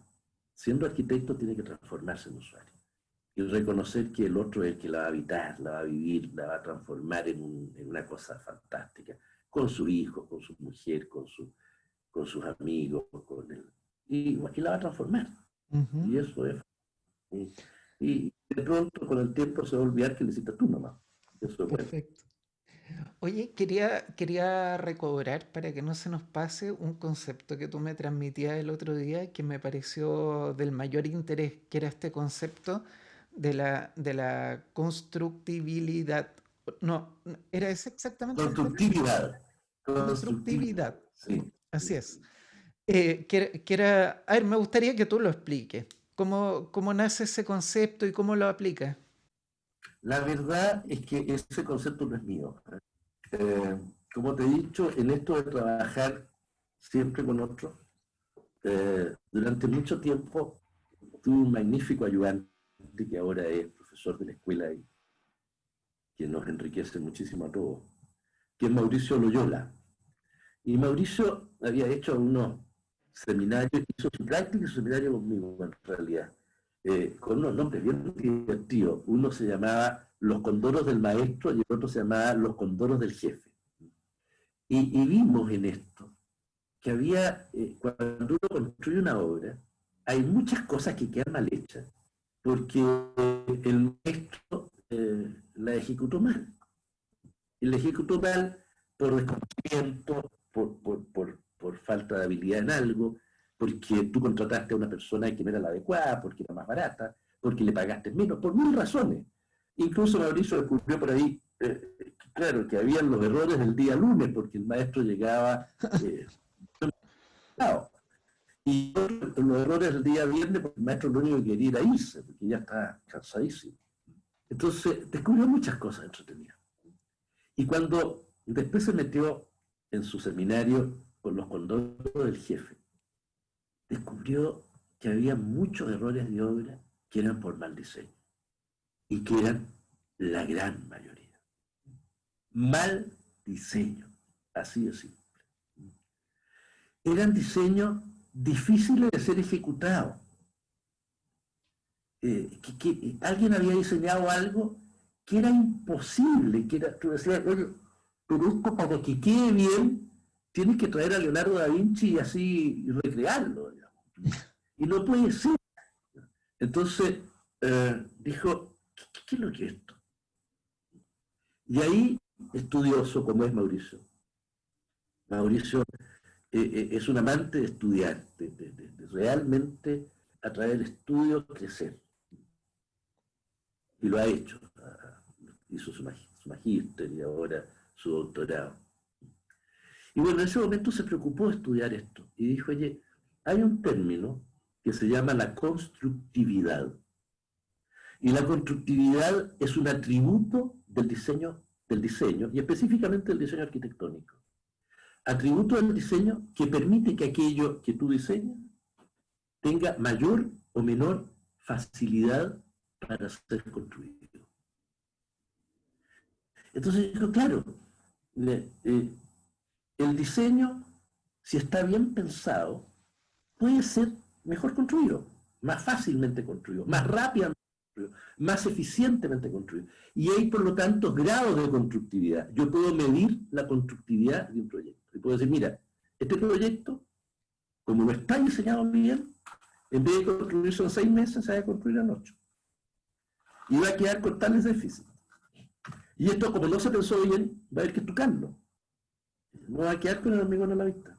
Y va a haber que contratar a unos maestros expertos En en maquillaje. ocultar en el maquillaje, en el hormigón. Tú los conoces. Sí. Entonces, y es porque no está bien hecho, ¿no? Entonces, claro, oye, ya hay ciertas cosas básicas para que un proyecto tenga más constructividad. Por ejemplo, tiene que haber buena comunicación entre las partes. Si hay un proyecto de arquitectura que nunca habló con el proyecto de estructura, la es muy mala. Si nunca se preocupó de saber el maestro las condiciones del lugar donde iba a ser construido esto, pucha, tiene muy baja constructividad, porque no va a poder ni siquiera entrar con los materiales, porque qué sé yo, las casas, las calles que rodean el lugar donde se está construyendo aquello, tienen un ancho tal que no permite ni siquiera el ingreso de camiones. O no permite, no sé, y empieza. Y empezamos con eso. Ujú. Dimos cuenta que efectivamente la constructividad es un atributo. Y nosotros como arquitectos tenemos que preocuparnos de darle constructividad al proyecto. Porque si no, se produce la constructabilidad. Y la ¿Ya? constructividad es cuando la empresa constructora hace construible lo que tú diseñaste. Te entiendo, te entiendo. Entonces, el constructor es el que dice, oye, tenemos este proyecto de arquitectura. Oye, este proyecto es muy difícil de hacer. ¿Qué hacemos para construirlo? En los Ujú. plazos, en el tiempo, con la plata, cumpliendo todo, con la mano de obra que tenemos, en el lugar donde estamos. ¿Qué tenemos que hacer? Y te cambia el proyecto. Esto lo diseñó mal. Perfecto. Mal porque no se preocupó de ver la obra no solamente cuando tú la diseñas y la diseñas para verla construida, hecha, sino que tú cuando diseñas la obra estás pensando en las etapas de esa obra hasta llegar a ser construida. Y dice, va a haber un momento en que esta obra va a estar así. ¿Cómo debería estarla pensando yo? Se hace cargo del proceso completo en el fondo. Claro, conviene que esta obra sea prefabricada, por ejemplo. ¿Qué puedo prefabricar? Conviene que los pilares que son de sección circular eh, sean hechos con un moldaje en madera hecho en obra. Complicado. ¿Habrá un moldaje prefabricado? ¿Cuáles son los diámetros máximos que me permite un moldaje prefabricado hoy día en Chile, en arriendo? ¿Puedo bajar ese pilar que en vez de tener, qué sé yo, 40, tenga 38 o tenga 42? Y eso, que el pilar quede impecable, sin necesidad de maquillaje, con hormigón, como lo pienso. Entonces tengo que estar en contacto con los materiales, con la industria, con el momento, con todo. Eso es darle constructividad al proyecto. Súper interesante. Oye, Lucho, Sí, otra. eso Mauricio, hay un libro que lo escribió, me puso a mí de puro bondadoso en realidad fueron más conversaciones que tuvimos con él. Y para los que les interese, está disponible en internet, ¿eh? Se encuentra ese libro. Que sí, sí lo vi. Sí lo vi. Sí lo vi. Está buenísimo. Oye, lo otro que te quería preguntar es que, a ver, a lo largo de tu carrera, que ya, no sé, 50 años de carrera, ¿te ha tocado ver todo un cambio en la industria, en la forma de hacer, un cambio en la técnica, en la disponibilidad de materiales, de productos para la industria de la construcción y de la arquitectura? Y eso quisiera relacionarlo también con el momento actual de otro tipo de crisis, que es la crisis como planetaria en términos de ecología, de lo que no, de sustentabilidad. Quisiera que nos hablara desde esa perspectiva, ¿cómo debería ser un proyecto de arquitectura y una construcción que se puedan entender bajo estos conceptos de sostenible hoy día y que contribuyan a minimizar el impacto negativo? Qué complejo, Hernán, porque en realidad yo no soy un especialista en la materia, pero a ver, yo te diría que cuando yo comienzo los cursos de tecnología, siempre comienzo hablando de algo que a mi criterio es re interesante, ¿eh? Que es el origen de la técnica. Y el origen de la técnica se da justamente en el origen del hombre.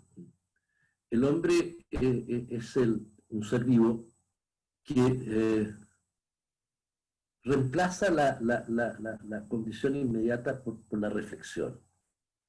El hombre es un ser vivo que reflexiona, se mete en sí mismo, sale de lo instintivo para llegar a la reflexión. Y a través de la reflexión mira el mundo que lo rodea. Y descubre que vivir no es una condición, no es una obligación, es una decisión. Y el hombre descubre que vivir es una decisión propia.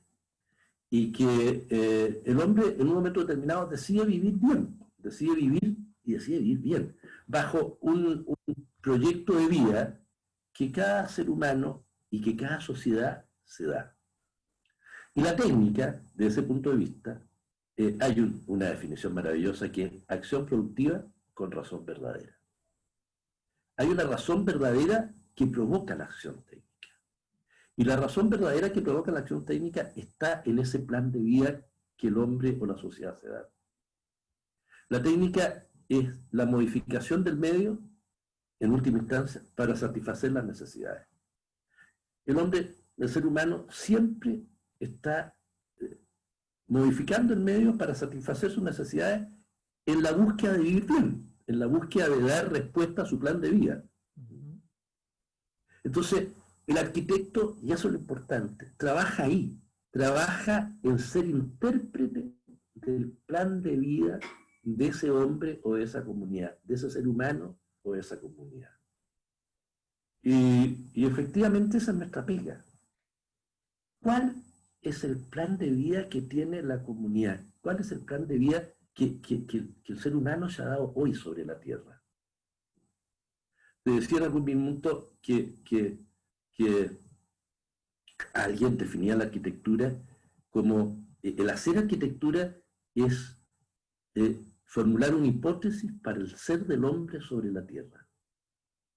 O sea, ¿cómo el arquitecto, nosotros, nuestra pega, por eso es tan linda la pega de arquitectura, tenemos que interpretar aquello con humildad y decir, oye, así es como decidimos vivir. Esto es hoy día el vivir bien. Y yo creo que muchas veces no hacemos eso. Hacemos arquitectura, ¿no? Hacemos construcciones, hacemos cosas, construimos ciudades, pero es como queremos vivir hoy día. Entonces, ahí viene esto de la sustentabilidad, de todo. Porque nos hemos dado cuenta en algún minuto que lo que hemos construido, este espacio, que no existía, esta naturaleza que hemos modificado en beneficio de nuestro plan de vida. Hemos modificado la naturaleza y hemos hecho una sobrenaturaleza, un mundo artificial, que es fantástico. Pero de pronto parece que el plan ha quedado un poco helado, ¿me entiendes? Como que no damos a la gente, oye, ¿quieren vivir así? ¿Quieren vivir en esta especie de edificios conocidos y vapuleados por todos, pero que son producto de un profesional que los hizo y probablemente los hizo tratando de hacer algo bien? No lo sé. Pero que probablemente las personas que viven ahí no quieren, no creo que quieran vivir así, pues lo estamos viendo ahora, digamos, que dicen, oye, pucha, vivo en un condominio donde no tengo espacio para nada, donde estoy encerrado en un departamento de 45 metros cuadrados, donde no puedo asomarme, y si me asomo, no hay espacios comunes donde ir. Entonces tú dices, quiere decir que está mal hecha la arquitectura. Quiere decir que no era como quería vivir esa persona. Y los arquitectos lo que debemos hacer es interpretar eso. Y eso no lo hemos hecho. A mi criterio, bien. No lo hemos hecho bien. Todos nos hemos equivocado. No es una cosa... La ciudad es objeto de todos nosotros. Entonces, claro, de pronto por eso quizás ir a un lugar más alejado, donde la naturaleza todavía está muy presente. Tú entiendes que ahí hay una comunión del usuario con este querer vivir de una manera determinada, que aún se siente, se aprecia. Entonces, en última instancia, desde ese punto de vista, yo entiendo que la sustentabilidad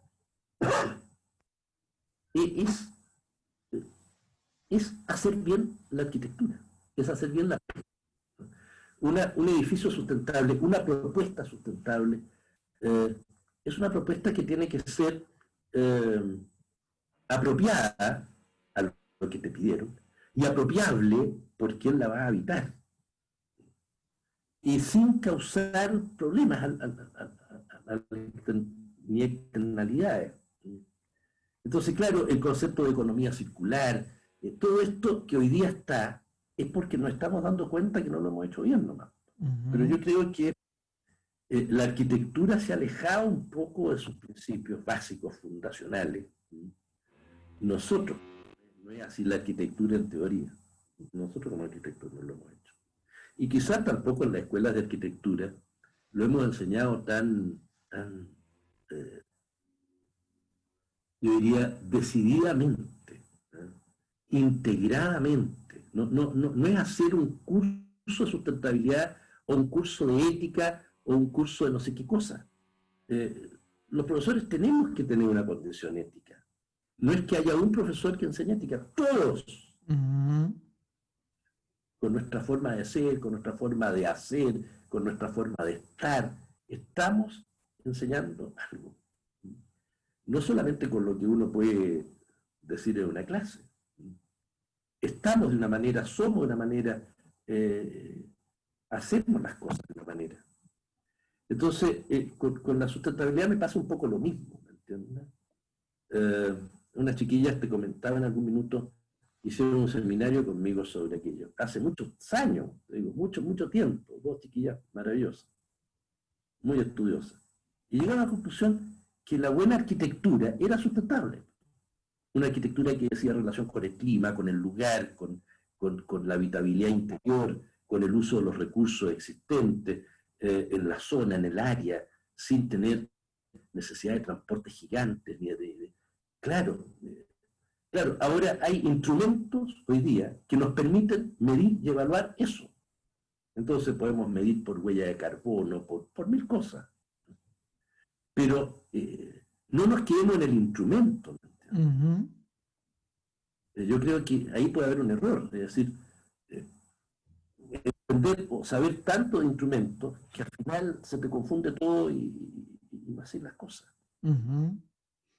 Eso es un poco lo que me pasa. Entonces, claro, los nuevos materiales, las nuevas técnicas, son fantásticas. O sea, me acuerdo de alguien que decía que la técnica es el mejor invento de la inteligencia humana. Es la mejor expresión de la inteligencia humana. Porque ha sido notable, ¿no? Pero tiene que crecer en paralelo con las otras visiones. El técnico lo que busca, ¿verdad?, es inventar cosas. El científico busca descubrir cosas. Pero el filósofo busca entender totalidad. Y yo creo que la arquitectura está en todo eso. Es arte, o sea, es una cuestión lúdica, pero también es ciencia, también es técnica y también es filosofía. O sea, nosotros, el objeto de nuestro hacer es el espacio para que cobije al hombre, al ser humano, hombre y mujer. Cobije, le dé un espacio para soñar, para crecer, para desarrollarse. Entonces, eso es entender una totalidad, no es entender una parcialidad. Si el arquitecto no es capaz de tomar un libro de filosofía y tratar de entenderlo, tratar de ver el mundo de una manera en comunión con otros, no sé, se me ocurre que por ahí va la cosa, la sustentabilidad de los nuevos materiales. No hay que entenderlos en sí mismos. Yo creo que los nuevos materiales son fantásticos. Es decir, uno se asombra con la resistencia que ha adquirido hoy día el hormigón. Yo comencé con hormigones básicos. Unos hormigones de una resistencia notable. Y ver cómo los edificios crecen en altura. Y cómo también el acero es un material extraordinario hoy día con todo mejor. O las técnicas de protección frente al fuego, o las técnicas de protección frente a la oxidación, o todas estas cosas que han surgido, ¿cómo la pueden? Yo las encuentro maravillosas, todas. Todos los polímeros, todo es brutal. Es decir, cuando tú ves hoy día que hay pegamentos, aditivos, que antes no soñabas, y además que no solamente en materiales, sino que en el sistema de producción. Cuando tú ves estas impresoras 3D y tú dices, bueno, pero esto se pueden hacer edificios con estas cosas, y se hacen, tú dices, bueno, esto no es despreciable, es el producto de una mente prodigiosa que es la mente del ser humano. Así es. ¿Cuál es la razón verdadera? ¿Tenemos que llegar y usarlos aquí en nuestro país, por ejemplo? No lo sé, yo creo que eso requiere un pensamiento previo. Ujú. Eso me pasa. Perfecto.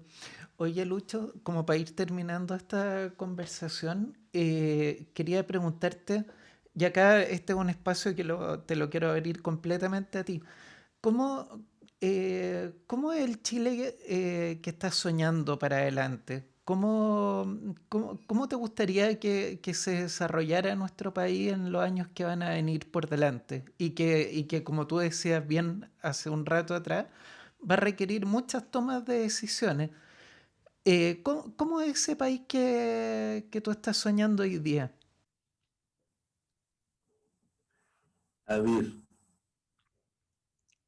fíjate que en algún minuto, porque me ha tocado vivir cosas complicadas,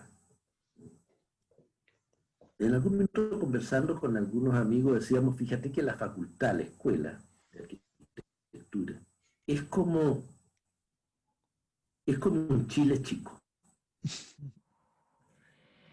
un Chile pequeño. Todo lo que pasa en Chile está pasando en, en la facultad. O pasa un poquito antes, pasa un poquito después, pero pasa. Y si te das cuenta ya más viejo, la familia de nosotros es lo mismo. Es también una facultad más pequeña. La familia más allá del núcleo básico, nuestros amigos, nuestros cercanos. Entonces, ¿cómo yo deseo algo? Primero, creo que para que... A ver, deseo que sea fantástico, porque es el mundo que van a vivir mis nietos, mis hijos, mis nietos y lo que siga. Entonces, el único deseo que tengo que sea un espacio para desarrollarse, que les permita desarrollarse al máximo, con todo su potencial, eh, con una libertad absoluta, libertad para hacer lo que quieran ser, para servir donde quieran servir, para vivir donde y cómo quieran vivir, con conciencia, con responsabilidad. Eso es lo primero que deseo. Ahora, ¿cómo lograr aquello? Yo te diría que el concepto de familia para mí es muy cercano. Yo creo ser lo que soy en cuanto a ser una persona muy feliz con lo que me ha tocado vivir, porque he tenido una familia fantástica, fantástica. No te digo que fácil, pero una familia fantástica. Primero, que nos queremos muchísimo, que nos respetamos, que somos lo más diversos que te puedas imaginar. Entre mis hijos existe la diversidad más grande. En mis nietos, por lo que veo, va a suceder lo mismo. Pero nos queremos, nos queremos mucho. Y ese quererse es porque nos conocemos.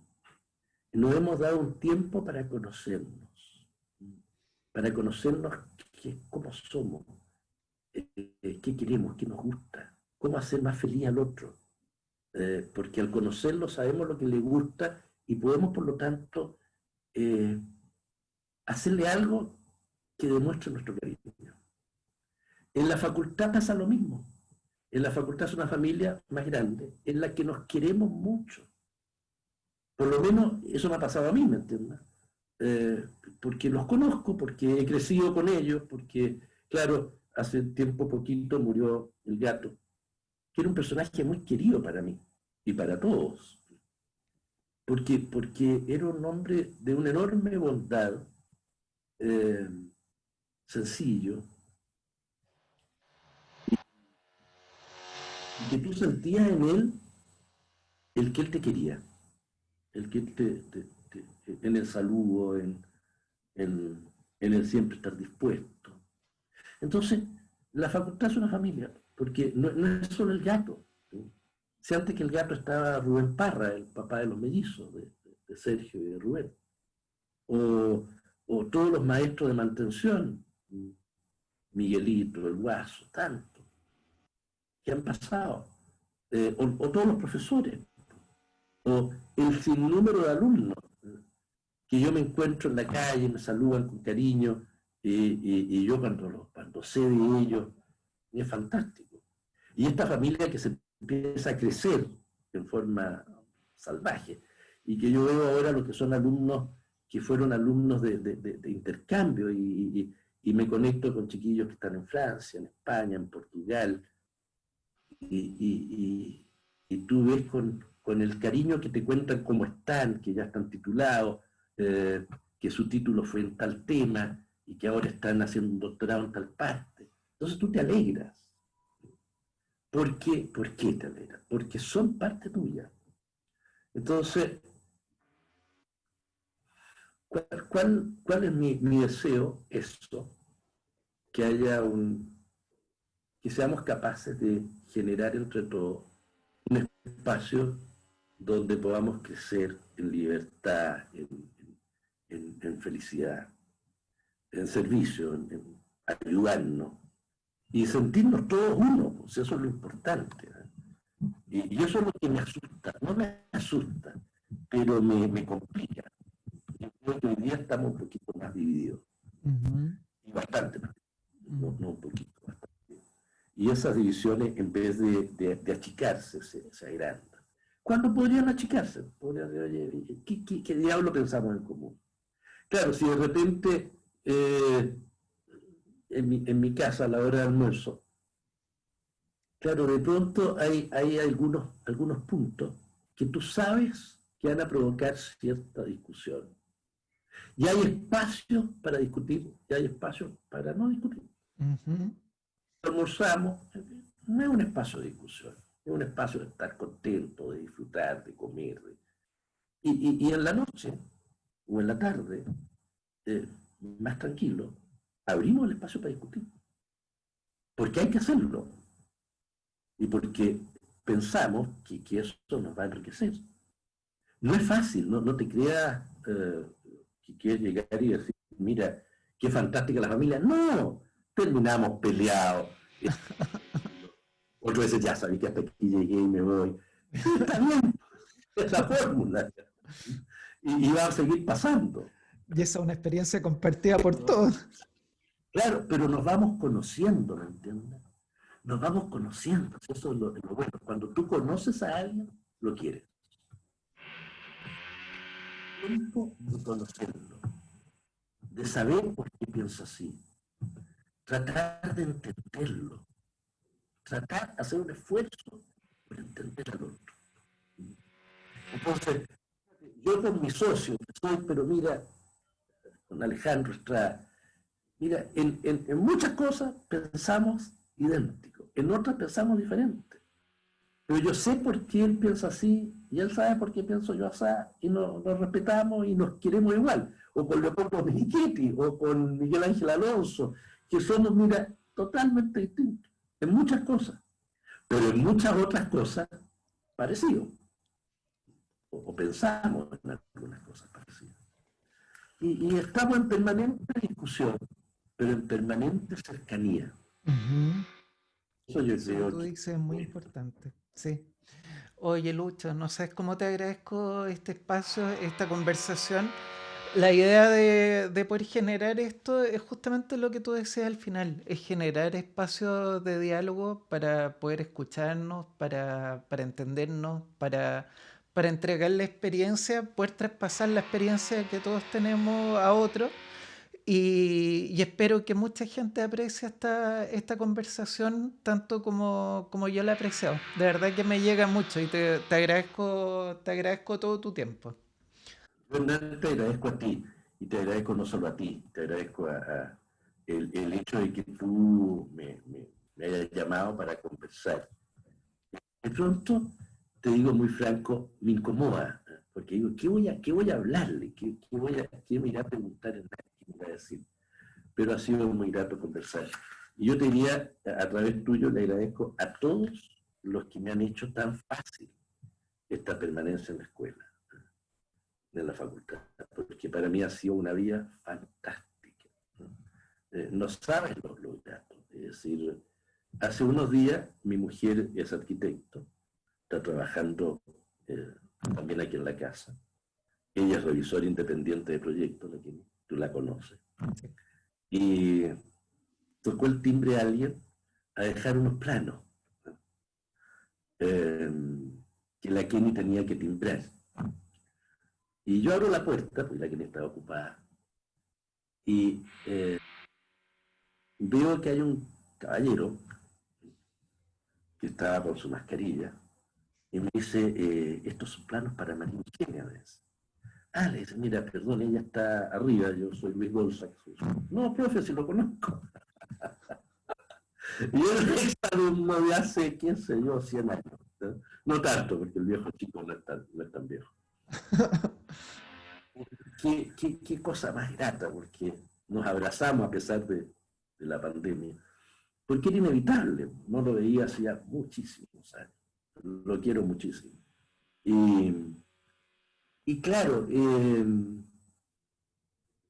para mí esa condición que anhelo para que siga dándose es fundamentalmente eso. No tener ningún temor a quererse, a sentir que el otro es necesario para uno. Y eso ha sido bueno. Para mí ha sido fantástico. Así que te agradezco la conversa y la oportunidad de decirlo. No, nuevamente, muchísimas gracias. De verdad que te lo Hecho, agradezco mucho. Te pasaste. mándale cariño a la Que Raquel. estés muy bien. Cariño en tu casa. Gracias. Y un saludo a todos los oyentes. Recuerden suscribirse a este canal para seguir conociendo de conversaciones tan interesantes como las que hemos tenido hoy día con Lucho. Y sigamos construyendo redes y espacios de diálogo. Que tengan todo un gran día. Que estén muy bien. Chao. Chao, hermano.